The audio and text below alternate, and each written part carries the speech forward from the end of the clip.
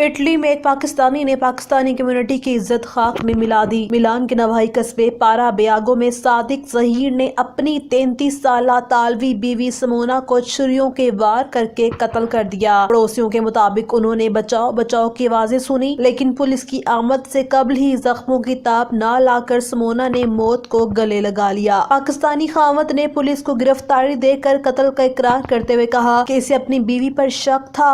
Italian media کے مطابق اس کے 2 بچے تھے، ایک بچے کی عمر 5 سال اور دوسرے کی 6 سال تھی۔ دونوں میاں بیوی انگلینڈ میں رہائش پذیر تھے، جبکہ وہ کرسمس کی چھٹیاں منانے اٹلی آئے تھے۔ کرسمس سے قبل اس اندوناک واقعے پر اٹلی میں غیر ملکیوں کے خلاف غم و غصے کی لہر دوڑ گئی اور اطالوی لوگ سمونا کے ساتھ ہونے والے ظلم پر اظہار یکجہتی کے لیے مختلف شہروں کے چوکوں میں اس کی تصاویروں کے ساتھ پھول رکھ رہے ہیں اور اس کی یاد میں شمع روشن کر رہے ہیں۔ اطالوی میڈیا اس ایشو کو سامنے رکھ کر پاکستانیوں کے خلاف خوب ہرزہ سرائی کر رہا ہے۔ رپورٹ میاں آفتاب، جذبہ نیوز، ملان، اٹلی۔